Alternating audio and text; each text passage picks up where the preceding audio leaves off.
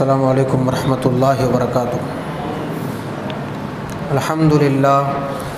الحمد للہ رب العالمین والصلاة والسلام علی سید الانبیاء والمرسلین، اما بعد فاعوذ باللہ من الشیطان الرجیم، بسم اللہ الرحمن الرحیم۔ وَإِذْ قَالَ مُوسَىٰ لِفَتَاهُ لَا أَبْرَحُ حَتَّىٰ أَبْلُغَ مَجْمَعَ الْبَحْرَيْنِ أَوْ أَمْضِيَ حُقُبًا۔ وقال اللہ تبارک و تعالیٰ فی شان حبیبہ اجلالا و اکراما، ان اللہ وملائکتہ یصلون علی النبی یا ایھا الذین آمنوا صلوا علیہ وسلموا تسلیما۔ اللہم صلی علی سیدنا حبیبنا مولانا محمد وعلی آلہ وصحبہ افضل صلواتک وعدد معلوماتک وبارک وسلم۔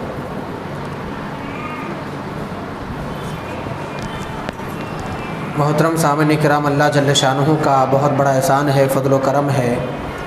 اللہ رب العزت نے ہم کو نبی مکرم تاجدار حرم احمد مصطفیٰ محمد مصطفیٰ صلی اللہ علیہ وسلم کی امت بابرکت میں پیدا فرمایا ہے۔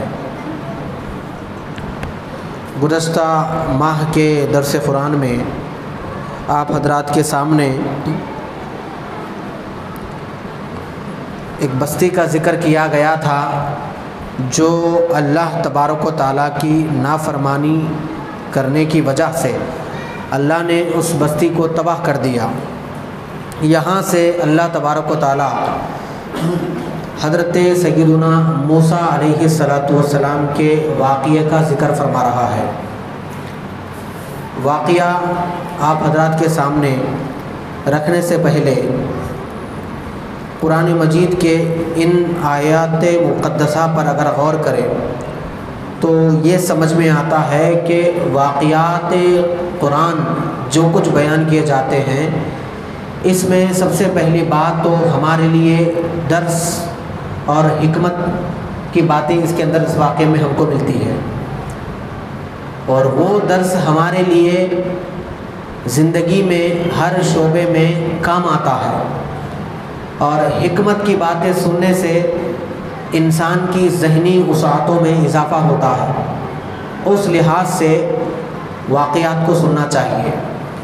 بسا اوقات کچھ واقعات ایسے ہوتے ہیں جو ہماری عبرت کے لیے کام میں آتے ہیں کہ بھائی پہلے ایسا ہوا تھا، پھر اس واقعے سے عبرت پکڑنا چاہیے، پھر ایسا ہو بھی سکتا ہے۔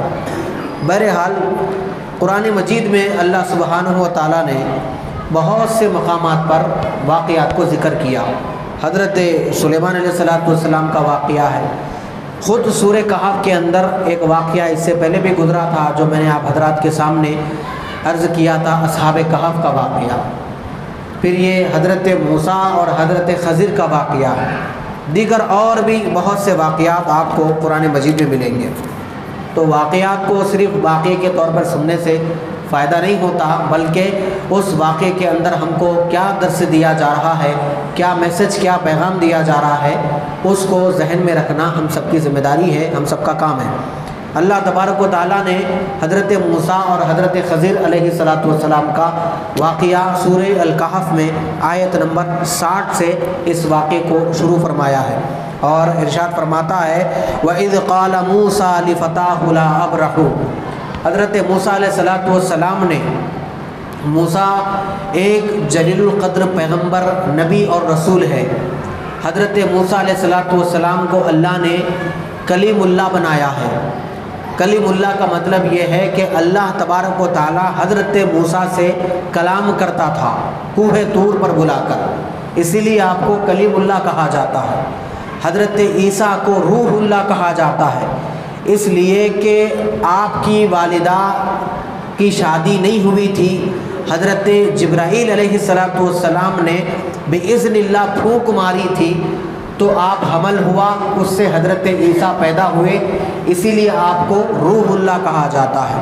خلیل اللہ حضرت ابراہیم کو اس لیے کہتے ہیں کیونکہ حضرت ابراہیم علیہ السلام اللہ کے بہت قریبی دوست تھے، اسی لیے ان کو خلیل اللہ کہا جاتا ہے۔ ذبیح اللہ حضرت اسماعیل کو اس لیے کہتے ہیں کیونکہ آپ کو خدا کی رضا کے خاطر ذبح کیا جا رہا تھا۔ تو بہرحال یہ انبیاء کرام کے ساتھ کلیم اللہ، ذبیح اللہ، صفی اللہ، نجی اللہ، خلیفۃ اللہ، یہ سب القابات لگائے جاتے ہیں۔ اسی طرح پیارے آقا علیہ الصلوۃ والسلام کو حبیب اللہ کہا جاتا ہے۔ کیا کہتے ہیں؟ حبیب اللہ، یعنی خدا کے محبوب، خدا کے حبیب۔ تو اللہ تبارک و تعالیٰ نے سارے انبیاء کرام پر مصطفیٰ علیہ الصلوۃ والسلام کو اللہ نے فوقیت دی، درجہ دیا، رتبہ دیا، مقام دیا، مرتبہ دیا، اور سارے نبیوں کا آپ کو سردار بنا کر بھیجا گیا، امام بنا کر بھیجا گیا۔ تو آپ کو امام الانبیاء کہا جاتا ہے، سارے نبیوں سے زیادہ آپ خدا کے محبوب اور برگزیدہ بندے ہیں، ٹھیک ہے۔ تو حضرت موسیٰ کو کلیم اللہ کہا جاتا تھا۔ حضرت موسیٰ علیہ السلام کے واقعات قرآن مجید میں آپ کو ملیں گے۔ 121 سال تک حضرت موسیٰ اس دنیا میں باحیات تھے، اور 129 مرتبہ حضرت موسیٰ علیہ السلام کا ذکر آپ کو قرآن مجید میں ملے گا۔ یعنی وہ نبی جس کا ذکر کثرت سے قرآن مجید میں استعمال ہوا وہ حضرت سیدنا موسیٰ علیہ السلام ہے، جن کا ذکر آپ کو بار بار قرآن مجید میں ملے گا۔ یہ تھا مختصر سا بیک گراؤنڈ جو حضرت موسیٰ علیہ السلام کا ہے، اور آپ باضابطہ بنی اسرائیل کی طرف نبی بنا کر بھیجے گئے تھے۔ تو آپ نے بنی اسرائیل کو دعوت دین دی، قبول کرنے والوں نے قبول کیا، نہ قبول کرنے والوں میں فرعون تھا، اس کے حواری تھے۔ بہت بڑا واقعہ آپ نے جو ہے نا دیگر جو ہے نا مقامات پہ سنا ہوگا۔ فرعون جو ہے نا حضرت موسیٰ علیہ السلام کے پیچھے پڑ گیا تھا، آپ دریا کی طرف جا رہے تھے، تو آپ نے سمندر میں اپنا عصا مبارک مارا، سمندر نے راستہ کھول دیا، آپ آگے نکل گئے، پیچھے فرعون آ رہا تھا، اس کی قوم آ رہی تھی، وہ بھی حضرت موسیٰ کو دیکھ کر کے راستہ بن گیا ہے، وہ بھی دریا میں اندر آ گیا۔ تو دریا کو اللہ نے حکم دیا کہ وہ مل جائے۔ جب دریا مل گئی تو موسیٰ علیہ السلام آگے نکل گئے، اور پیچھے جو فرعون آ رہا تھا اس کی قوم پوری ڈوب گئی، یہ بھی ڈوب کر مر گیا، اس کی قوم تباہ ہو گئی۔ پھر اللہ تبارک و تعالیٰ نے دوبارہ حضرت موسیٰ علیہ السلام کو مصر کی زمین پر حکومت عطا فرمائی۔ دوبارہ وہ مصر میں، ایجپٹ میں آباد ہوئے۔ سمجھ میں آ رہی میری بات آپ کو؟ مصر میں، ایجپٹ میں اللہ تبارک و تعالیٰ نے آپ کو حکومت عطا فرمائی، وہ وہاں پر آ کر حکمرانی کرنے لگے۔ تو ایک مرتبہ کا ذکر ہے کہ حضرت موسیٰ علیہ السلام کو، اس واقعے کو حضرت امام عبداللہ محمد بن احمد بن ابو بکر قرطبی رحمۃ اللہ علیہ نے تفسیر قرطبی میں ذکر کیا ہے کہ اللہ تعالیٰ نے حضرت موسیٰ علیہ السلام کو حکم دیا کہ موسیٰ اپنی قوم کے سامنے بیان کرو، واعظ و نصیحت کرو۔ تو حضرت موسیٰ بنی اسرائیل کے سامنے کھڑے ہو گئے۔ بخاری شریف میں بھی اس واقعے کو ذکر کیا گیا، امام بخاری رحمۃ اللہ علیہ اس واقعے کو کوٹ کرتے ہیں، اور ارشاد فرمایا کہ حضرت موسیٰ علیہ السلام نے اپنی قوم سے مخاطب ہو کر فرمایا کہ اللہ نے مجھے محبت عطا فرمائی ہے، اور تم لوگوں میں سے اللہ نے مجھے منتخب کیا ہے، مجھے اپنا کلیم بنایا ہے، جو میں نے اللہ سے مانگا ہے وہ عنایت کی ہے۔ اللہ نے مجھے عصا کا معجزہ عطا فرمایا ہے، ید بیضا عطا فرمایا ہے، اور میری بدولت اللہ نے تمہیں عزت بخشی ہے، تمہیں فخر کی دنیا سے نکال کر غنا کی دنیا میں ڈالا ہے۔ تم جاہل تھے، اللہ نے تمہیں عزت عطا کی ہے، تم پڑھے لکھے نہیں تھے، اللہ نے تمہیں تورات عطا کی ہے۔ اس طرح سے وہ اپنے ما سابقہ جتنی چیزیں گزری ہے سارے وہ لوگوں پر جو اللہ کے انعامات ہوئے بنی اسرائیل پر، ان انعامات کو یاد کر رہے تھے، بتا رہے تھے۔ یہ عادت ہے، ایک بات یاد رکھیے، جو بھی مصیبتیں آپ پر گزری، مصیبتوں کے بعد جب راحتوں کا انتظام ہوتا ہے تو ہمارا کام یہ ان راحتوں کو بیان کرے۔ اس لیے بیان نہ کرے کہ غرور کے طور پر، تکبر کے طور پر ہو، اس لیے تحدیث نعمت کے لیے کرے۔ تو اس میں کیا ہوگا؟ اللہ تبارک و تعالیٰ کی نعمت کا بیان کرنے پر شکرانہ ادا ہوگا، اور لئن شکرتم لازیدنکم، اس کا وعدہ ہے جو میری نعمتوں پر شکرانہ ادا کرتا ہے ہم اس نعمت میں مزید اضافہ کرتے ہیں، یہ اللہ کا وعدہ ہے۔ سمجھ میں آ رہی میری بات آپ کو؟ تو بیان کس وجہ سے ہونا چاہیے؟ تحدیث نعمت کے لیے۔ اللہ نے مجھے علم دیا، تحدیث نعمت کے لیے میں بیان کروں گا۔ اللہ نے مجھے دولت دی، تحدیث نعمت کے لیے بیان کروں گا۔ لیکن اگر میں یہ سوچ کر بیان کروں میں بہت بڑا عالم ہوں، اچھا مقرر ہوں، میرے پاس دولت ہے، میرے پاس فلاں فلاں بڑی سے بڑی گاڑی ہے، میرے پاس جو ہے نا پراپرٹیز ہے، میرے پاس خوبصورتی ہے، میں جم کا بلڈر ہوں، میں یہ ہوں، میں وہ ہوں، اگر بطور تکبر، بطور انانیت، بطور فخر اگر کر رہا ہے، اس پر اللہ کا عذاب نازل ہوتا ہے، عتاب نازل ہوتا ہے۔ تو نعمتوں کا بیان کیا جانا چاہیے۔ اس لیے حضرت موسیٰ بنی اسرائیل کے سامنے نعمتوں کا ذکر کر رہے ہیں۔ اے بنی اسرائیل والو یاد کرو فرعون تم کو کتنا ستاتا تھا اور آج اللہ نے تمہیں حکومت عطا فرمائی ہے۔ اے بنی اسرائیل والو یاد کرو کیسا وہ تمہاری جان کا دشمن ہو گیا تھا، اللہ تعالیٰ نے تم کو کیسی جو ہے نا آج عزت بخشی ہے۔ تم بے قانون تھے، گناہ میں زندگی گزارتے تھے، اللہ نے تورات جیسی مقدس کتاب ہمارے درمیان بھیجی ہے جو تم کو قانون بتاتا ہے، زندگی کا نہج بتاتا ہے، طریقہ بتاتا ہے۔ یہ ساری چیزیں حضرت موسیٰ بیان کر رہے ہیں۔ ایسے ہی تسلسل سے بیان چلتا گیا تو ایک آدمی کھڑا ہوا دوران گفتگو، کھڑا ہو کر کہنے لگا اے موسیٰ خطۂ زمین پر کیا تم سے جاننے والا بھی اور کوئی زیادہ جاننے والا بھی ہے اس روئے زمین پر؟ تو حضرت موسیٰ علیہ السلام نے کہا تم سے بڑا عالم کون ہے؟ حضرت موسیٰ علیہ السلام نے ارشاد فرمایا مجھ سے بڑا عالم کوئی نہیں ہے، میں ہی سب سے بڑا عالم ہوں، میں ہی سب سے زیادہ جانتا ہوں۔ تو انبیاء کرام کی جو کچھ بھی باتیں ہوتی ہے یہ من جانب اللہ ہوتی ہے، اور اس میں اگر کوئی ایسی بات بھی ہو جس سے منع کیا گیا تو اس میں اللہ کی حکمت ہوتی ہے، اور اللہ تعالیٰ اس پر ان انبیاء کرام کو درسن سبقن عتاب بھی فرماتا ہے، اور اس کی ایک وجہ یہ ہوتی ہے کہ وجہ یہ ہے کہ نبی کے ذریعے سے امت کو تعلیم بھی ہو جائے۔ فوری اللہ تبارک و تعالیٰ نے اس آیت مبارکہ کو نازل فرمایا کہ موسیٰ آپ نے کہہ دیا کہ میں سب سے زیادہ جاننے والا ہوں، آپ کو تو ایسا کہنا چاہیے تھا کہ میرا خدا سب سے زیادہ جاننے والا ہے، آپ نے یہ کیوں کہہ دیا کہ میں جاننے والا ہوں؟ موسیٰ دو سمندروں کے درمیان ہمارا ایک بندہ رہتا ہے جو تم سے بھی زیادہ جانتا ہے۔ حضرت موسیٰ نبی ہے اور رسول ہے، صاحب شریعت رسول ہے، آپ کو باضابطہ لا کی کتاب دی گئی جسے تورات کہا جاتا ہے۔ نبی اور رسول میں فرق ہوتا ہے، ٹھیک ہے؟ نبی وہ ہوتا ہے جسے نیا قانون نئی کتاب نہیں ملتی، رسول وہ ہوتا ہے جسے نئی کتاب نیا قانون نئی شریعت دی جاتی ہے۔ وہ صرف چار ہے، حضرت موسیٰ علیہ السلام ہے، حضرت داؤد ہے جن کو زبور دی گئی، موسیٰ علیہ السلام کو تورات دی گئی، عیسیٰ علیہ السلام کو انجیل دی گئی۔ یہ تینوں کتابوں کی سردار قرآن مجید ہے۔ قرآن نازل ہونے کے بعد اب تمام تین کتابوں کا ذکر نہیں رہا، یعنی اس کا حکم نہیں رہا، وہ سب منسوخ ہو گئے، یہ ناسخ رہا، اب اسی کا چلے گا، ٹھیک ہے؟ تو چار رسول ہیں جن کو نئی کتاب نئی شریعت نیا قانون دیا ہے۔ حضرت موسیٰ کے بھائی کا نام ہے حضرت ہارون۔ حضرت ہارون رسول نہیں ہے، نبی ہے، کیونکہ آپ خود تورات کو فالو کرتے تھے۔ سمجھ میں آ رہی میری بات آپ کو؟ تو رسول وہ ہوتا ہے جس کو نئی کتاب دی جاتی ہے، نبی کو نئی کتاب نہیں دی جاتی، وہ پرانی کتاب کو ہی فالو کرتے ہیں۔ یہ فرق ہے رسول اور نبی کے درمیان۔ ہر رسول نبی ہو سکتا ہے لیکن ہر نبی رسول نہیں ہو سکتا۔ سمجھ میں آ رہی میری بات؟ ہر رسول نبی ہو سکتا ہے لیکن ہر نبی رسول نہیں ہو سکتا۔ رسول ہونے کے لیے نیا قانون کی ضرورت ہے، نئی کتاب کی ضرورت ہے، جو حضرت موسیٰ کے پاس ہے۔ تو اتنے بڑے جلیل قدر پیغمبر ہونے کے باوجود بھی اللہ تبارک و تعالیٰ نے حضرت موسیٰ سے کہا موسیٰ اس روئے زمین پر جہاں دو سمندروں کا سنگم ہوتا ہے وہاں تم سے بھی زیادہ جاننے والا ہمارا ایک بندہ ہے جو ہمارا محبوب بندہ ہے۔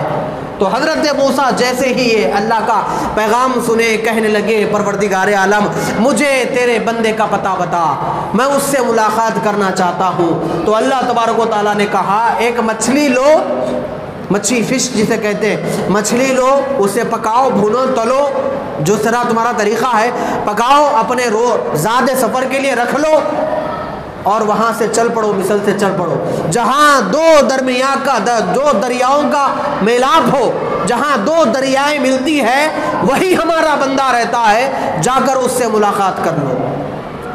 تو حضرت موسیٰ علیہ السلام نے اپنے خادم سے کہا، وَإِذْ قَالَ، اور یاد کیجئے جب موسیٰ نے کہا، موسیٰ لِفَتَاهُ، اپنے نوجوان سے، یہ فتح سے مراد علماء مفسرین تحریر کرتے ہیں حضرت یوشع بن نون علیہ السلام ہے، جو آپ کے بھانجے تھے، حضرت موسیٰ کے بھانجے تھے، جوان تھے کیونکہ آپ کے خدمت گزار تھے، ہمیشہ حضرت یوشع حضرت موسیٰ کی خدمت میں رہتے تھے، ہمیشہ آپ کے ساتھ چمٹے ہوئے رہتے تھے، خادم تھے، خادم خاص تھے، اور ہمیشہ حضرت موسیٰ سے علم حاصل کرتے تھے۔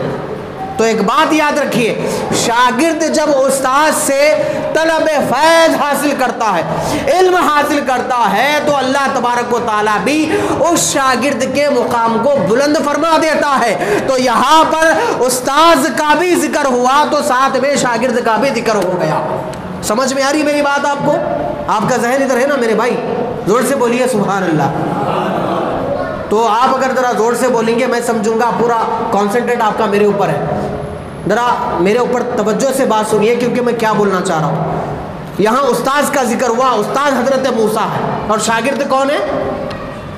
حضرت یوشع بن نون ہے، یہ بھی نبی ہے، آپ کی خدمت میں رہتے تھے، ہمیشہ خدمت کرتے تھے، آپ سے علم حاصل کرتے تھے۔ تو حضرت موسیٰ کا ذکر ہوا اور لفتاہ کہا گیا، اور نوجوان کا ذکر کیا گیا۔ آپ کے غلام بھی تھے لیکن غلام کا ذکر غلام بھی لفظ استعمال ہو سکتا تھا، غلام کا لفظ استعمال نہیں ہوا، نوکر کا لفظ استعمال نہیں ہوا، فتح کا لفظ استعمال ہوا۔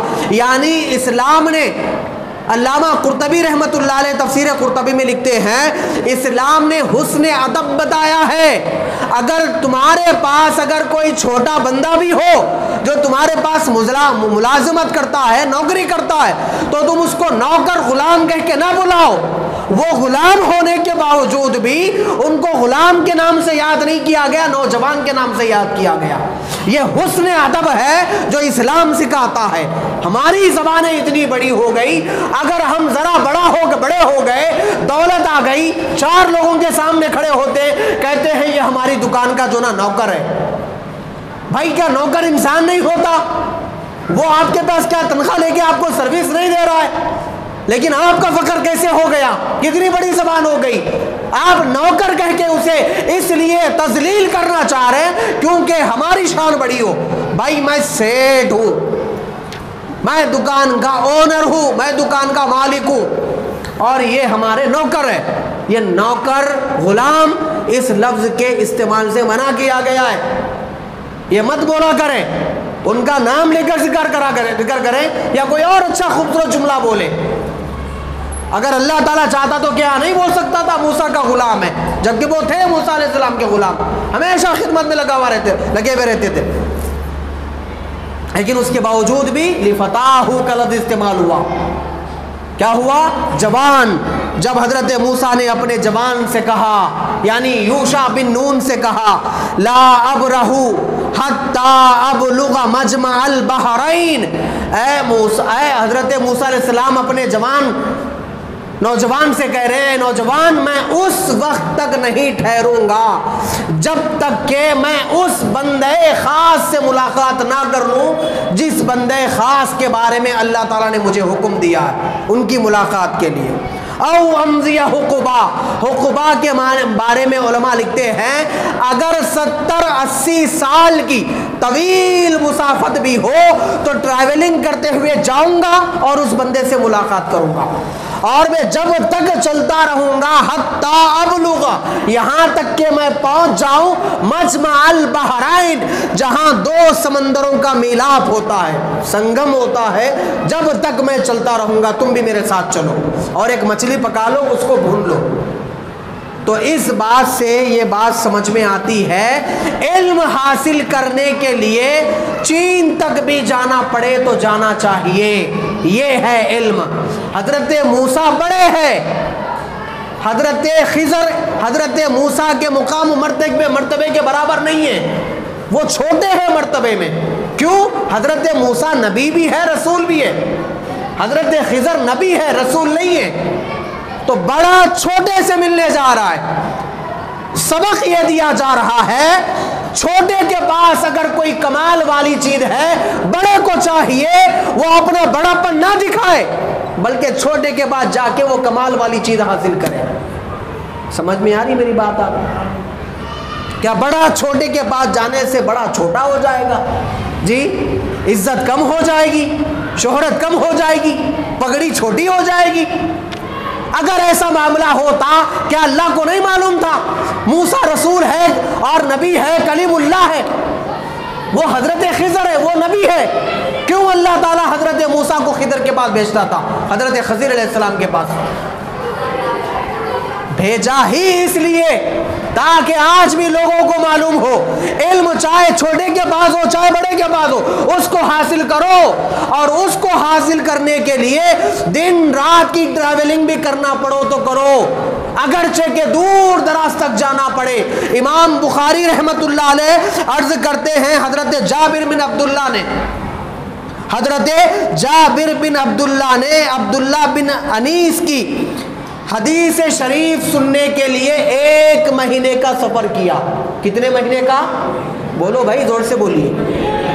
1 مہینے کا سفر کیا. یہاں سے مسجد میں ٹیوشن پڑھنے جانا ہے تو قدم نہیں اڑتے، پھر گھر سے اسکول کو جانا ہے تو قدم اڑتے ہیں. یعنی دنیا حاصل کرنے جائیں گے، دین حاصل کرنے نہیں آئیں گے. ایک حدیث سننے کے لیے بول رہا ہوں میں آپ کو، یہ امام بخاری ہے، علامہ قرطبی کی حدیث ہے. یہ حدیث تفسیر کی جو ہے نا کتاب ہے، یہ علامہ قرطبی رحمت اللہ علیہ بہت بڑے امام مفسر ہے. آپ نے نقل کیا، امام بخاری فرماتے ہیں حضرت جابر بن عبداللہ حضرت عبداللہ بن انیس کے پاس گئے، کیونکہ عبداللہ بن انیس کے پاس ایک مصطفیٰ کی حدیث تھی. وہ حدیث سننے کے لیے انہوں نے 1 مہینے کا سفر طے کیا. یہاں 5 منٹ کا سفر طے کرنے کے لیے سوچا جاتا ہے. مسجد کے بازو میں گھر ہے، مسجد میں تعلیم ہو رہی ہے، یہاں سے یہاں تک بچوں کو نہیں بھیجا جاتا ہے. تعلیم بالغان کا انتظام ہوتا ہے، اتنی دور کون جائے گا علم حاصل کرنے کے لیے. لیکن اگر کوئی انٹرنیشنل اسکول ہو، نیشنل اسکول ہو جہاں سائنس، بوٹنی، زولوجی، میتھمیٹکس پڑھا جاتا ہے، وہ اگر بس کا کرایہ بھی دینا پڑے، بعض ہفتہ ایک آٹو کو ارینجمنٹ کرنا پڑے، ارینج کرتے ہیں، بس کو ارینج کرتے ہیں، علم حاصل کرنے پہ جاتے ہیں. میں یہ بولنا چاہتا ہوں جب وہ تعلیم حاصل کرنے کے لیے بس کا کرایہ پے کر سکتے ہیں، سپریٹ آٹو کو ارینج کر سکتے ہیں، تو علم دین حاصل کرنے کے لیے مسجد کیوں نہیں آ سکتے؟ کوئی اگر مدرسہ چلاتا ہے اپنے محلے میں، اس مدرسے کو کیوں نہیں جا سکتے؟ دنیا حاصل کرنے کے لیے یہاں سے امریکہ چلے گئے، دین حاصل کرنے کے لیے محلے کی مسجد کو نہیں آئے. یہ کیسی بات ہو گئی میرے بھائی؟ حضرت موسیٰ رسول اور نبی ہونے کے باوجود بھی رات دن کا سفر طے کرتے ہوئے اپنے غلام کو لے کر جا رہے ہیں، اپنے نوجوان ساتھی کو لے کر جا رہے ہیں. نہ گھوڑا ہے، نہ اونٹ ہے، نہ سفر کی کچھ جو نہ آلات ہے، چل گئے، پیدل نکل گئے. اور جو بندہ علم دین حاصل کرنے کے لیے نکلتا ہے تو میرے حضور کہتے ہیں اللہ تعالیٰ اس بندے کے قدموں کے نیچے فرشتے جو نا اپنے پروں کو بچھا دیتے ہیں اور اس بندے کے لیے دعائیں کرتے ہیں جو علم دین حاصل کرنے کے لیے آتا ہے.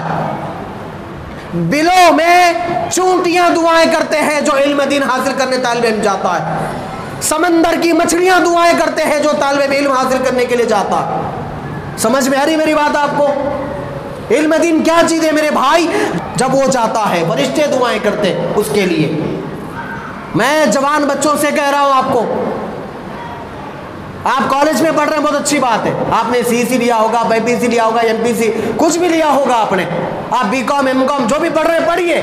لیکن آپ لوگوں کو میں کہہ رہا ہوں غور سے سنیے، 1450 سال ہو گیا اس اللہ کے کلام کو نازل ہو کر. یہ آپ کا زولوجی بوٹنی کب شروع ہوا؟ یہ حلال میں شروع ہوا. آپ اس کو حاصل کر رہے ہیں کیونکہ دنیا کا اصول ہے، حاصل کریے. آپ خود اپنے ذہن پہ، دل پہ ہاتھ رکھ کے سوچئے، جو پڑھائی آج کل کی ہے میں اسے حاصل کرنے کہاں سے کہاں جا رہا ہوں. کبھی کبھی تو میری ٹریولنگ حیدرآباد ہو جاتی ہے، یہاں سے روزانہ 70 کلومیٹر صبح جاتا ہوں، شام میں آتا ہوں، کیونکہ بہت بڑا انسٹیٹیوٹ ہے، بہت بڑا اسکول ہے، بہت بڑا کالج ہے، اچھے اچھے پروفیسرز ہیں، اچھے اچھے لیکچررز ہیں، وہاں جا کے علم حاصل کروں گا۔ میرے بھائی، حیدرآباد نہیں، امریکہ جا کے تعلیم حاصل کرو، لیکن آپ کے امام، آپ کا مؤذن، آپ کے محلے کا کوئی حافظ قرآن، عالم دین تعلیم بالغان چلا رہا ہے، صبح کے وقت میں ہمارے بھائی آگے نہیں پڑھ سکتے ہیں، شام میں مغرب کے بعد، عشاء کے بعد تعلیم بالغان چلا رہا ہے، قرآن و حدیث کی تعلیم دے رہا ہے، وہاں کیوں نہیں جا رہے؟ وہاں جاؤ تو آپ کو ہو سکتا ہے نوکری ملے گی، اور یہاں آئے تو ہو سکتا نہیں ہے، پکا ہے دلوں کا نور نصیب ہوگا، حالات زندگی تبدیل ہوں گے، چہروں پر اجالا ہوگا، دلوں کے گندگیاں دور ہوگے، قدم قدم کا طریقہ بتایا جائے گا، کھانے کے آداب سکھائے جائیں گے، سنن و مستحبات کو بتایا جائے گا، حلال و حرام کی تمیز بتائی جائے گی، عشق مصطفیٰ سکھایا جائے گا، محبت رسول بتایا جائے گا، خوف الہی بتایا جائے گا، خشیت الہی بتایا جائے گا، آداب کیا چیز ہوتے ہیں وہ بتایا جائے گا، حسن زن کیا ہوتا ہے وہ بتایا جائے گا، معاملات کیسے ہوتے ہیں وہ بتایا جائے گا۔ یہ آپ کو سب بوٹنی میں زولوجی میں نہیں بتاتے جی۔ میں آپ حضرات سے یہ عرض کرنا چاہتا ہوں، ایک چیز کے پیچھے پڑھ کر دوسری چیز کو چھوڑنا غلط ہے۔ زندگی کی تعلیم حاصل کر کے قبر کی تعلیم کو چھوڑنا غلط ہے، جسم کی تعلیم حاصل کرے روح کی تعلیم کو چھوڑ دیے یہ غلط ہے۔ 9 گھنٹے اسکول میں دے کے آدھا گھنٹہ قرآن سیکھنے کے لیے نہیں دے رہی، یہ غلط ہے۔ 3 گھنٹے کی فلم دیکھ کر آدھے گھنٹے کا حفظ نہیں کیا جا رہا، یہ غلط ہے۔ 3 گھنٹے سوشل میڈیا پر گزار کر ایک تجوید کا قاعدہ یاد نہیں کیا جا رہا ہے، زندگیاں گزر گئی، نانا دادا بن گئے، بڑے ہو گئے، داڑیاں سفید ہو گئی، کمر جھک گئی، لیکن قرآن مجید کے قواعد یاد نہیں ہیں، صورتیں یاد نہیں ہیں، نہ ترجمہ معلوم ہے۔ ارے بھائی، یہیں کے لیے کیوں اٹھا کر رکھا؟ علم حاصل کرو۔ ہمارے حفاظ اہل سنت کے نوجوانوں نے مدرسہ قائم کیا ہے سنگاریڈی کی سرزمین پر، اہل سنت و جماعت کا۔ ان کا مقصد یہ ہے کہ آپ کے بچوں کو حافظ قرآن بنائیں، جن کے دل قرآن سے خالی ہے ان کے دلوں میں خدا کے کلام کی جو نہ چاشنی ڈالی جائے، محبت رسول بٹھایا جائے، عشق مصطفیٰ بتایا جائے، ادب صحابہ بتایا جائے، ادب پیران کرام بتایا جائے، یہ ساری چیزیں سکھانے کے لیے ایک مدرسے کو کھولا گیا ہے انوار مصطفیٰ کے نام سے۔ یہیں آپ کے قریب میں، کوئی پاسپورٹ ویزے کی ضرورت نہیں ہے، پیدل بھی جا سکتے ہیں۔ کیا ایریا ہے وہ؟ جلال باغ، جلال باغ کے اندر کھولا گیا ہے۔ آپ جائیے، خود پڑھیے تعلیم بالغان۔ ہمارے حافظ معین صاحب جو ہے نا، اگر تعلیم بالغان شام میں چل رہا ہے تو بہت اچھی بات ہے، نہیں چل رہا ہے تو ان کو بولیے کہ بھائی ہم شام میں پڑھنا چاہ رہے ہیں، صبح میں نوکری کرتے ہیں، جاب کرتے ہیں، دکان چلاتے ہیں، گھر کاروبار ہے، زندگی ہے، ہم رات میں 9 بجے سے آپ کے پاس پڑھنا چاہتے ہیں، کچھ شیڈول بنائیے، ٹائم ٹیبل بنائیے، جا کر قرآن سیکھیے میرے بھائی۔ علم کے لیے کوئی عمر نہیں ہوتی۔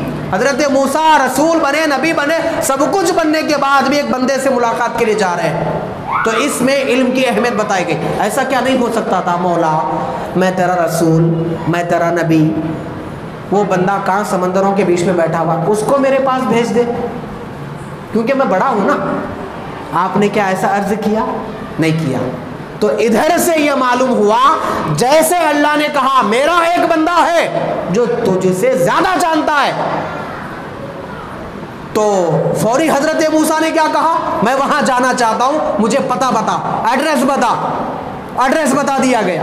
ادھر سے یہ بات ہو گئی، انہوں نے ایڈریس پوچھا۔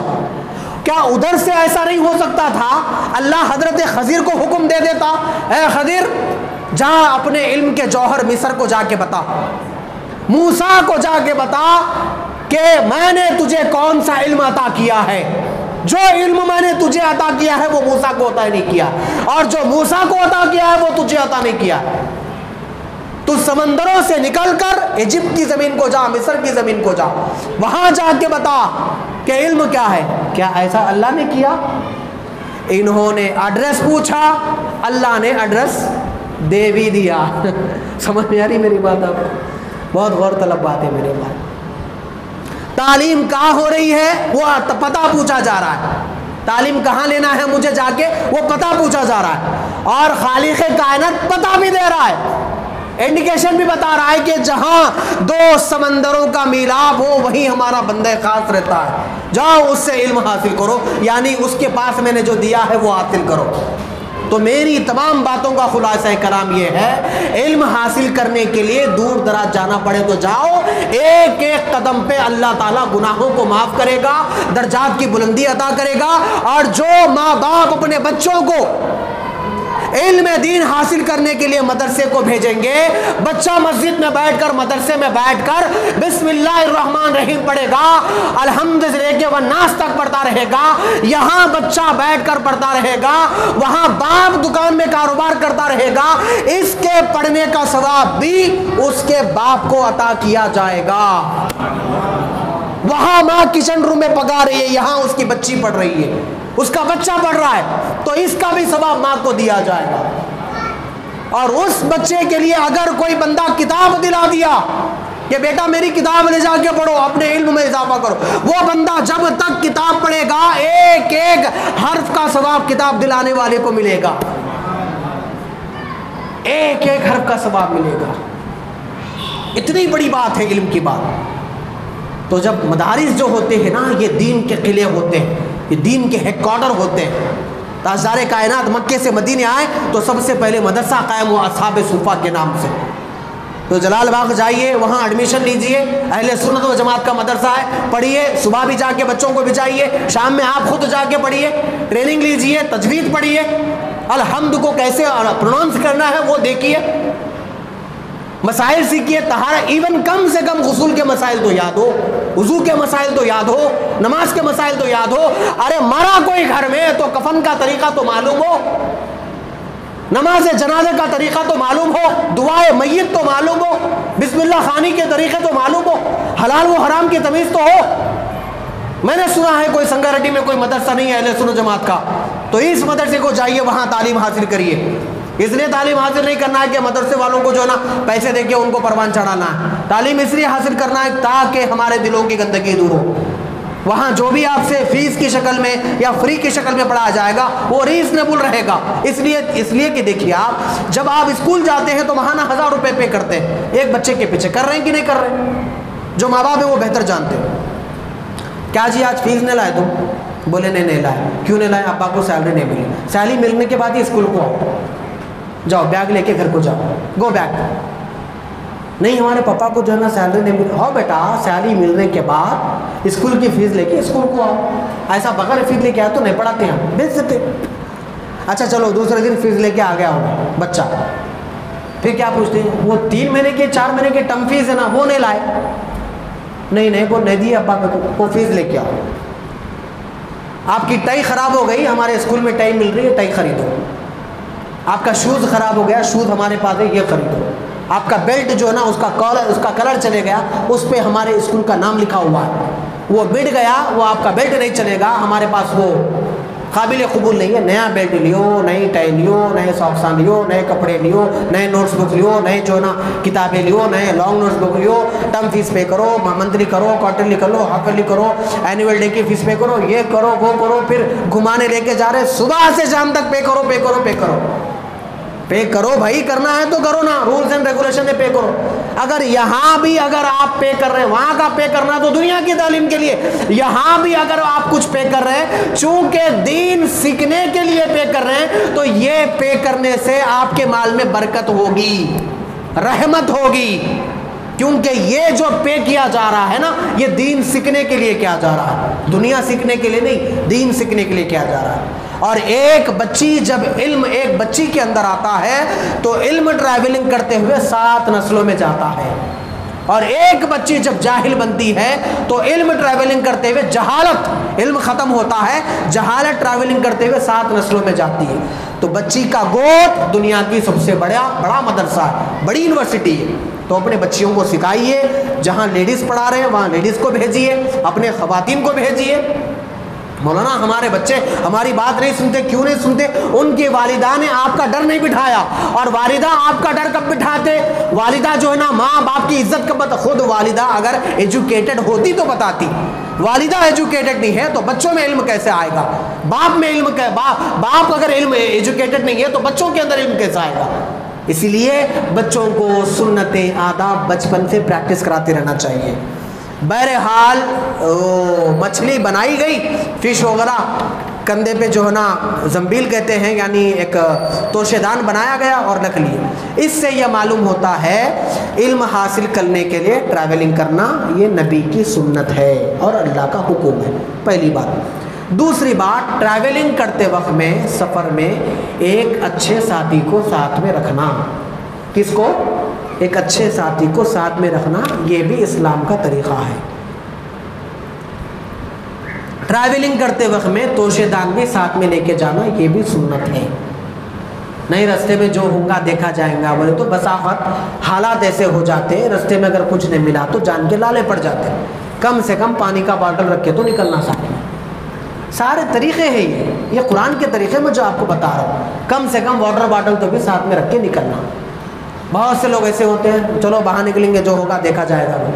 ایسا نہیں میرے بھائی، تدبیر اختیار کریں، بعد میں توکل اللہ کی ذات پہ کریں. تدبیر کو اختیار نہیں کیا، جو ہوگا دیکھا جائے گا، پھر ہونے کے بعد کیا دیکھیں گے؟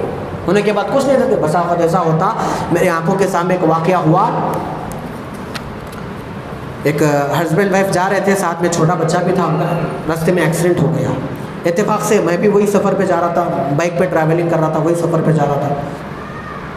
تو ایکسیڈنٹ ہو گیا ان کا بچہ پانی کے لیے رو رہا تھا. تینوں بھی گر گئے نیچے. ان کا بچہ پانی کے لیے رو رہا تھا. تو ادھر 5 کلومیٹر تک کوئی دکان نہیں ہے، ادھر 5 کلومیٹر تک کوئی دکان نہیں ہے.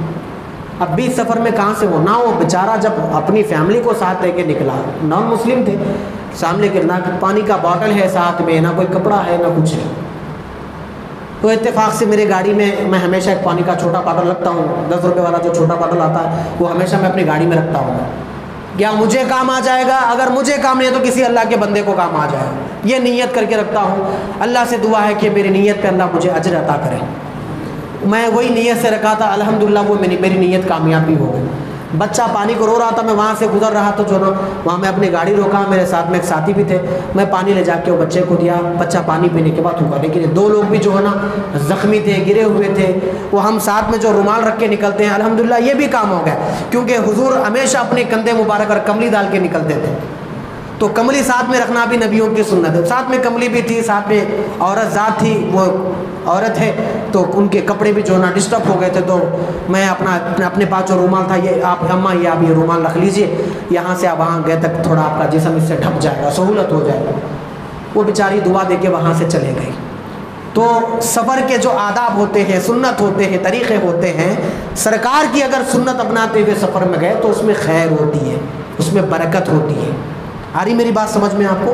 ہوا میں گاڑی اسٹارٹ کر کے نکل گئے تو پھر پریشانی بھی ہو جاتی ہے. اور آج کل ایکسیڈنٹ ایسے ہو رہے میرے بھائی، اتنے برے ایکسیڈنٹ ہو رہے ہیں. ایسے موقع پر کم سے کم پانی امیڈیٹلی اگر میسر آ جائے تو تھوڑی طبیعت کو سکون مل جاتا ہے، راحت مل جاتی ہے. اس وجہ سے ساتھ میں رکھنا چاہیے. یہ ہو گیا حضرت موسیٰ کے بارے میں. اب میں آپ کو بولوں گا حضرت خضر. یہ عموماً لوگ جو نا خضر بولتے ہیں، اس کا پروننسیشن خضر ہے. خضر خا کو زبر کے ساتھ پڑھنا چاہیے، یا خا کو اگر زیر کے ساتھ پڑھنا تو خضر بولنا چاہیے، زا کو زبر نہیں دینا چاہیے. بیٹر ہے کہ خضر بولا کرے. حضرت خضر یہ نبی ہے. اب بعض لوگوں کا اختلاف ہے یہ آج تک زندہ ہے یا نہیں ہے. مجدد الفسانی رحمۃ اللہ علیہ کشف کے ذریعے سے بتاتے ہیں کہ حضرت خضر علیہ السلام لوگوں کی مدد کرتے ہیں، بحر و بر پہ رہتے ہیں. حضرت الیاس بھی زندہ ہے اور آپ بھی زندہ ہے زمین پر، اور یہ لوگوں کی مدد کے لیے بھی آتے ہیں، اور یہ اولیاء اللہ کے معاون و مددگار ہوتے ہیں. حضرت خضر آج بھی زندہ ہے. اصل میں آپ کا نام بلیا بن ملکان تھا، لیکن آپ کو خضر اس لیے کہتے ہیں، خضر کا مطلب ہے ہریالی. یعنی آپ جو سکی گھاس پہ قدم رکھ کے جب جاتے تھے تو وہ سکی گھاس ہری ہو جاتی تھی، اور جہاں آپ بیٹھتے تھے تو وہ جگہ اگر بنجر ہو تو وہاں ہریالی نکل کے آتی تھی. اسی لیے آپ کو خضر کہا جاتا ہے. کیا کہتے ہیں؟ خضر. اس لیے بڑے بڑے لوگ دیکھیے دعائیں دیتے وقت میں کیا کرتے ہیں کہ اللہ تجھے خضر کی عمر عطا کرے. کیا کہتے ہیں؟ خضر کی عمر عطا کرے۔ حضرت خضر طویل زندگی جو ہے نا آپ پاتے ہیں، آپ حضرت خضر علیہ السلام، آپ ایک بادشاہ کے بیٹے تھے، بادشاہت کو آپ نے ترک کی، جنگلوں کی راہ لے لی، اللہ اللہ اللہ اللہ کرتے چلے گئے، پوری زندگی یاد الہی میں مشغول رہے۔ یاد الہی کا پھل یہ ملا، ایک رسول کو ان کے پاس بھیجا گیا، ایک نبی کو ان کے پاس بھیجا گیا۔ بہرحال دونوں سفر طے کرتے ہوئے آئے، حضرت موسیٰ علیہ السلام، حضرت یوشع بن نون علیہ السلام۔ فلما بلغا مجمع بینہما نسیا حوتہما فاتخذا سبیلہ فی البحر عجبا۔ ٹریولنگ کرتے ہوئے چلتے ہوئے گئے تو دو سمندروں کی جگہ پر پہنچ گئے، وہاں لیٹے، ایک وہاں پر پتھر تھا، پتھر کو ٹیک لگا کے بیٹھ گئے حضرت موسیٰ۔ جب ٹیک لگا کے بیٹھے تو حضرت موسیٰ کو نیند آ گئی، وہ سو گئے۔ حضرت یوشع بن نون جو ہے نا وہ وضو کر رہے تھے، وضو کرتے کرتے انہوں نے اچانک دیکھا کہ مچھلی جو ہے، جو ان کے توشیدان کے اندر تھی، ٹفن کے اندر تھی، اس میں سے نکل کے سرنگ بناتے ہوئے سمندر کے اندر چلے گئی، اور جب وہ جا رہی تھی تو اس کے آزو بازو سے پانی ہٹ جا رہا تھا، سرنگ بناتے ہوئے عجیب عجبا کہا گیا، عجیب طریقے سے چلے گئی۔ حضرت یوشع بن نون دیکھے کہ بھئی یہ کیسا ہے، یہ تو مچھلی تو جو نا مردہ تھی، مری ہوئی تھی، پکی ہوئی تھی، جلی ہوئی تھی، یہ کیسے نکل گئی؟ وہ تعجب میں تھے کہ ایسا کیسا ہو گیا۔ بس ایسا ہوا کہ بہرحال وہ تعجب کا وقت گزر گیا، مچھلی تو سمندر میں چلی گئی۔ پیر کرم شاہ ازہری رحمۃ اللہ علیہ تفسیر ضیاء القرآن میں یہاں ایک بات ارشاد فرماتے ہیں، مچھلی زندہ کیوں ہوئی؟ اس لیے مچھلی وہاں زندہ ہوئی کیونکہ وہاں حضرت خضر رہتے تھے، اللہ کا نیک بندہ رہتا تھا۔ تو اللہ کا نیک بندہ جس مقام پہ ہو، اس کی سانس جب ہواؤں میں مہک جاتی ہے، ان ہواؤں میں اگر کوئی مردہ بھی آتا ہے تو اس کو زندگی نصیب ہو جاتی ہے۔ ہاں سمجھ میں میری بات آپ کو؟ حضرت خضر وہی تھے جہاں مچھلی زندہ ہو گئی۔ پتہ یہ چلا جہاں اللہ کے ولی رہتے ہیں، جہاں اللہ کے مقرب رہتے ہیں، وہاں مردوں کو زندگی نصیب ہوتی ہے۔ یہ ذہن میں رکھ لیجئے بات۔ مچھلی تھی، وہ بھی کیسی تھی، اس کی ایک آنکھ نہیں تھی غالباً، اور اس کا آدھا حصہ کھایا ہوا تھا، رستے میں کھائے تھے یہ دونوں حضرات، رستے میں کھائے تھے اس کو، لیکن اس کو وہاں کی ہوا لگ گئی، جن ہواؤں میں ایک اللہ کا جو ہے مقرب بندہ سانس لے رہا تھا، ان ہواؤں میں اس کی سانس کی ایسی برکت آ گئی، جب وہ ہوا مچھلی کو لگی تو مردہ مچھلی زندہ ہو گئی۔ تو جہاں مقدس ہواؤں سے مردوں کو زندگی نصیب ہوتی ہے، خود نبی کا ولی کا کیا حال ہوگا اندازہ لگائیے، اس کی صحبت سنگت کا حال کیا ہوگا اندازہ لگائیے، جہاں وہ بیٹھتا ہے اس جگہ کی برکت کا کیا حال ہوگا اندازہ لگائیے، جس کو وہ پکڑتا ہے اس کی برکت کا حال کیا ہوگا اندازہ لگائیے۔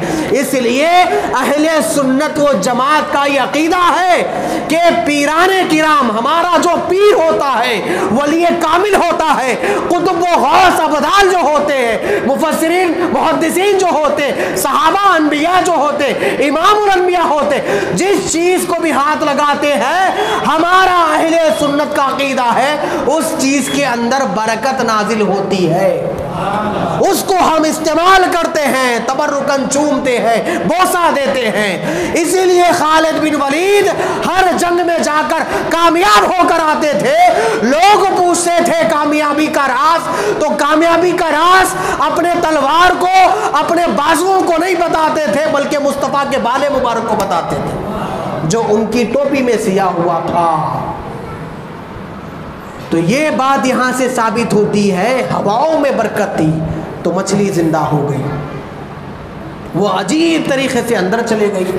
حضرت موسیٰ علیہ السلام نیند سے بیدار ہوئے، لیکن حضرت یوشع بن نون جب بیدار ہوئے تو بتانا بھول گئے، اور بعض علماء لکھتے ہیں بتانا اس لیے بھولے کہ وہ عجیب و غریب کیفیت دیکھے تھے، ذہن سے بات چلے گئی ان کی، پہلی بات۔ دوسری بات یہ ہے کہ حضرت یوشع موسیٰ کے معجزات دیکھتے رہتے تھے، اب وہ معجزوں میں سے یہ بھی ایک معجزہ ہوگا، بہرحال ذہن سے بات نکل گئی، بھول گئے، وہاں سے آگے نکل گئے، دو دریاؤں کے سنگم سے آگے نکل گئے، جبکہ منزل کیا تھی ان کی؟ یہی منزل تھی جہاں رکے ہوئے تھے، آگے نکل گئے، ایک دن ایک رات کی ٹریولنگ آگے چلے گئی، کراس کر گئے، بارڈر کراس کرے، آگے نکل گئے۔ فلما جاوزا، جب آگے نکل گئے، قال لفتاہ، ایک دن ایک رات کی مسافت طے ہو گئی تو پھر اپنے نوجوان سے آتینا، لے کے آؤ وہ کھانا جو ہم بنا کے غداءنا آتینا، جو ہم کھانا لے کے آئے تھے لے کے آؤ۔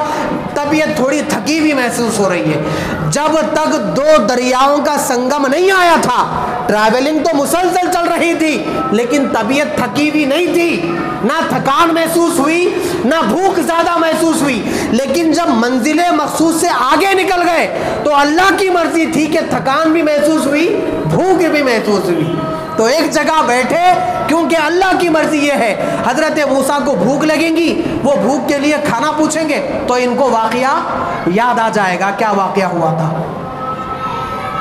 کیا واقعہ ہوا تھا یاد آ جائے گا، اس لیے پوچھے آتینا غداءنا، لاؤ کھانا لاؤ۔ تو حضرت یوشع بن نون بول پڑے، معذرت خواہی کے ساتھ کہنے لگے، لقد سفینہ من سفرنا ھذا نصبا، ہم کو یہ سفر نے جنا بڑا تھکا دیا ہے۔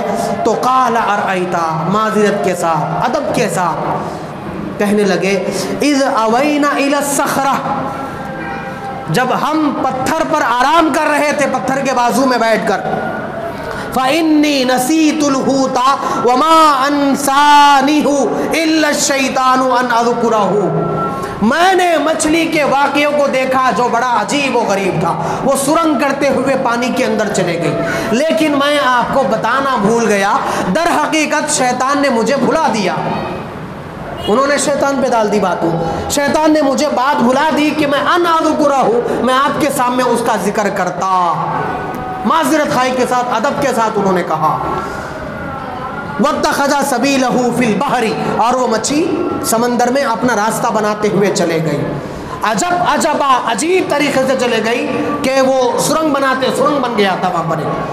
قال ذلك ما كنا نبغي فارتد على آثارهما قصصا، حضرت موسیٰ کہتے ہیں یوشع، ارے وہی تو ہماری منزل مقصود تھی جہاں مچھلی زندہ ہو کے چلی گئی، یہ کیا ہو گیا کہ تم نے ہمیں بتایا نہیں، چلو پلٹ کے واپس جاتے ہیں، الٹے نشانوں کو دیکھ کر پتا کیا چلا، علم حاصل کرتے وقت مشکلات آتے ہیں جی، پہلے زمانوں میں ایسا ڈبانا پڑتا تھا، لکھنا پڑتا تھا، اب ایسا چاٹ کرے بھی تو لکھے چلے جاتا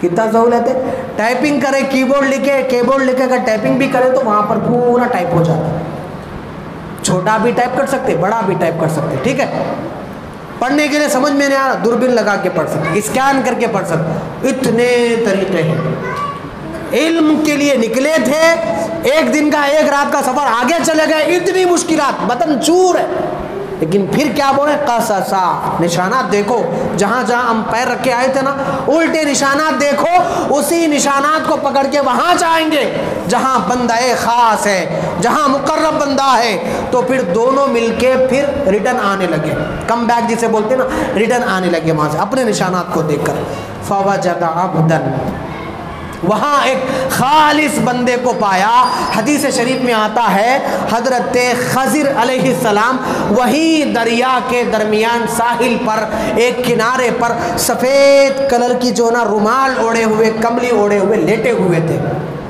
یاد الہی میں لیٹے ہوئے تھے، فوجد عبدا من عبادنا، اللہ اس بندے کا ڈیفینیشن کیا دے رہا ہے، دیکھیے، وہ ہمارے خاص بندوں میں سے تھا، کس کو بول رہے ہیں، ہاں حضرت خضر کو بول رہے ہیں، ہمارے خاص بندوں میں سے تھا۔ اب اگر کوئی عام آدمی اگر یہ بولے بھائی میرا یہ خاص بندہ ہے، بڑی خوشی ہوتی مولانا بولے کہ بھائی اتنے بڑے عالم ہیں، ہمیں بولے کہ خاص بندہ. اگر پیر میرا یہ بولے میرا یہ خاص مرید ہے، میرا پیر مجھے اپنا خاص مرید، بڑی خوشی ہوتی ہے.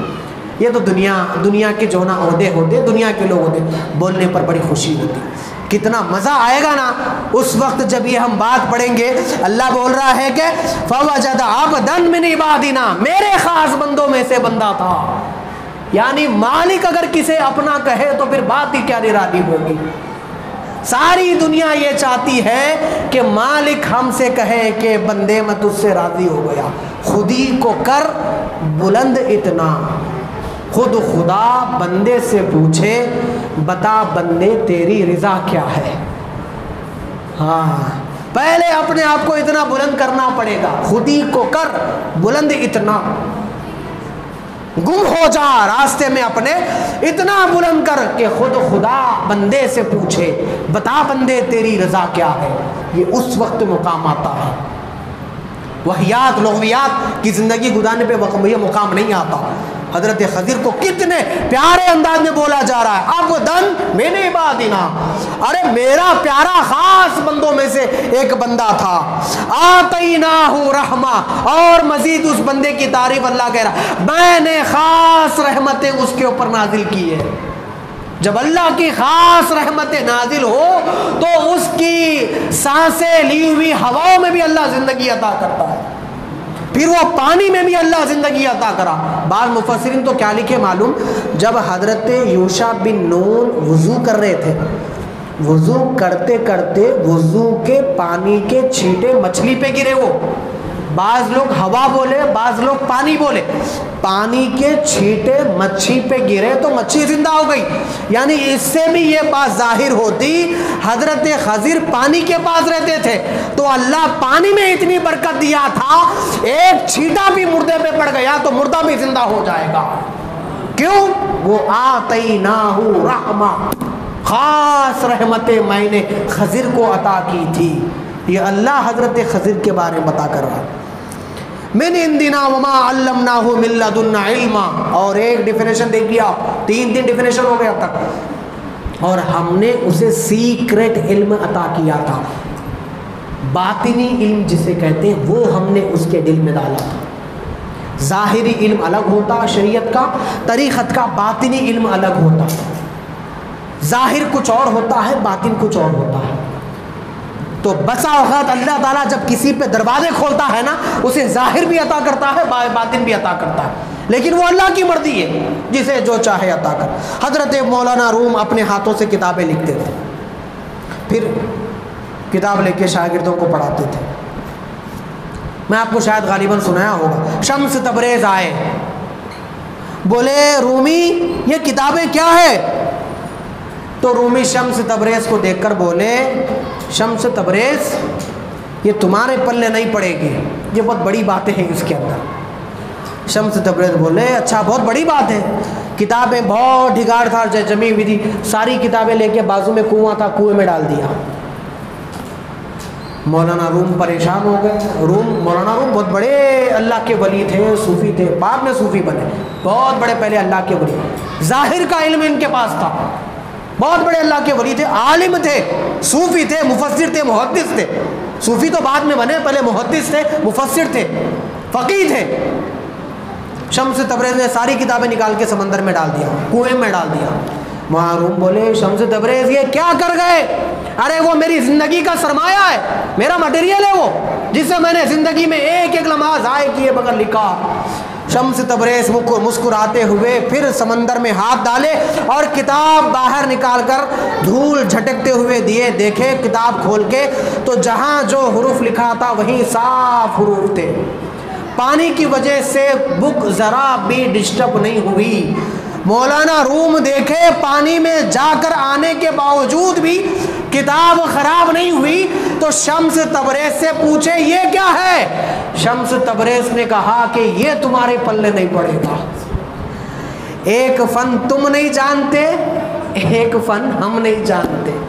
یہ باطن ہے، تم جو جب سے بتا رہے تھے وہ ظاہر تھا، یہ باطن ہے. اب اس کے بعد مولانا روم نے کتابوں کی دنیا کو خدا حافظ کہہ دیا. اس کے بعد اب عشق کی راہ پہ چل پڑے، صوفیزم کی راہ پہ چل پڑے۔ اب پھر بانسری کی آواز سنے، جو لکڑی کی ایک بانس ہوتی ہے، دیکھیے اسے بجاتے ہیں، اس کے 3 سوراخ ہوتے ہیں، دیکھا آپ نے کبھی؟ اس میں ایسا بجاتے ہیں، اس کو 3 انگلیوں کے سہارے سے بجاتے ہیں۔ وشنو غزنے، وہ شعر ہے، فارسی کا شعر ہے، اس کو بجاتے ہیں۔ اس کے بجانے کو دیکھ کر اس کی آواز، بانس کی لکڑی ہے وہ لکڑی اپنے تن سے جدا ہو گئی، وہ اپنے تن سے جدا ہو گئی، اس کو تراشا گیا، اس میں ہول ڈالے گئے۔ کیا کیا گیا بولیے؟ بانس کی لکڑی میں ہول ڈالا گیا۔ ہول ڈال کے جب پھونکا گیا تو ایک سر نکلا۔ کیا نکلا؟ ایک سر، ایک وائس، آواز نکلی۔ غور سے سنے تو رومی کو یہ سمجھ میں آیا، یہ لکڑی میں سے جو آواز آ رہی ہے وہ اپنے یار کی تڑپ میں آواز نکال رہی ہے جس سے وہ بچھڑ گئی تھی۔ بانس کی لکڑی کہاں سے جدا ہوئی؟ وہ جو ٹکڑا تھا نا میرے، وہ کہاں سے نکلا؟ وہ اصل پودے سے نکلا نا وہ۔ تو اس سے لوگ کیا کرے، اس کو بنانے کے لیے وہاں سے کاٹ کے لائے، کاٹ کے کیا کرے، اس کو اچھا تراشے، اس کو فنیشنگ میں لائے، پھر کیا ڈالے، اس کو ہول ڈالے۔ ہول ڈالنے پر تڑپ ہوئی، درد ہوا، آواز نکلی۔ جب پھونکے تو اپنا درد داستان بیان کرنا شروع کری۔ ہائے کہ یہ کیا ہو گیا، تم نے مجھے میرے اصل وطن سے دور کر دیا۔ تو اس آواز کو سن کر مولانا روم، اب روم نہ رہے، رومی بن گئے۔ اس کے بعد صوفیہ کی ایسی جو ہے نا آپ نشستوں میں چلے گئے، ایسے بلند مقام پہ چلے گئے کہ حضرت مولانا روم رحمت اللہ علیہ نے صوفیزم میں اتنا بڑا مقام حاصل کیا، پھر کوئی صوفی حاصل نہیں کر سکا۔ کتابوں کو آپ نے چھوڑ دیا، صوفیزم کی دنیا میں لگ گئے۔ یہ ہوتا ہے اندرونی باطنی علم۔ تو ظاہر کا علم حضرت موسیٰ کے پاس تھا، باطن کا علم حضرت خضر کے پاس تھا۔ اب دونوں کی ملاقات ہوئی، السلام علیکم ورحمۃ اللہ وبرکاتہ۔ آپ نے جب سلام کیا، حضرت خضر جواب دے پڑے، بولے کون ہیں؟ لگتا ہے موسیٰ آئے ہیں۔ تو حضرت موسیٰ بولے آپ کو کیسے پتا ہے میرا نام؟ بولے جس نے آپ کو میرے پاس بھیجا ہے اس نے مجھے بتا دیا ہے کہ تمہارے پاس موسیٰ آنے والے ہیں۔ اب ملاقات کے بعد کیا بات ہوئی آگے، زندگی نے وفا کیا تو پھر آنے والے اتوار کو آپ کو بیان کروں گا۔ آپ سے گزارش ہے، مدرسے انوار مصطفیٰ جلال باغ کے اندر قرآن کی، حدیث کی، حفظ کی، شریعت مطہرہ کی تعلیم دی جا رہی ہے۔ اپنے بچوں کو ایڈمیشن دلائیں، وہاں پڑھائیں، خود بھی جا کے تعلیم بالغان حاصل کریں۔ سب سے بیسک کورس، میں انتظامیہ سے بھی گزارش کروں گا، سب سے بیسک کورس تجوید کا ہوتا ہے۔ تجوید سیکھے، کیونکہ جو بندہ قرآن کو تجوید سے نہیں پڑھتا، بجائے اس پر رحمت نازل ہونے کے اللہ کا جو ہے نہیں، اللہ کی ناراضگی نازل ہوتی ہے اس کے اوپر، کیونکہ اس کا جو گرامر ہے اس گرامر سے پڑھنا چاہیے۔